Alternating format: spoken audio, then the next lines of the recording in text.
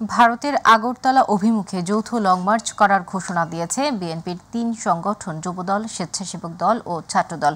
আগামী বুধবার রাজধানীর নয়াপল্টন থেকে এ লং মার্চ শুরু করবেন নেতাকর্মীরা। আগরতলায় বাংলাদেশের সহকারী হাইকমিশনে হামলা ও উস্কানিমূলক অপপ্রচারের প্রতিবাদে যৌথ এই কর্মসূচি পালন করবেন তারা। নয়াপল্টনে বিএনপির কেন্দ্রীয় কার্যালয়ে যুবদল, স্বেচ্ছাসেবক দল ও ছাত্রদলের জরুরি সংবাদ সম্মেলনে এসব তথ্য জানানো হয়। যুবদলের সভাপতি মোনায়েম মুন্না জানান, বুধবার নয়াপল্টন থেকে যৌথ লং মার্চ করবেন ৩টি সংগঠনের নেতাকর্মীরা। গন্তব্য হবে আখাউড়া সীমান্ত পর্যন্ত। ১১ ডিসেম্বর ঢাকা টু আখাউড়া সীমান্ত পর্যন্ত লং মার্চ ভারতীয় আগ্রাসনের বিরুদ্ধে হবে। ভূখণ্ডের বিরুদ্ধে যে কোনো চক্রান্তে সোচ্চার থাকব বললেন মুন্না।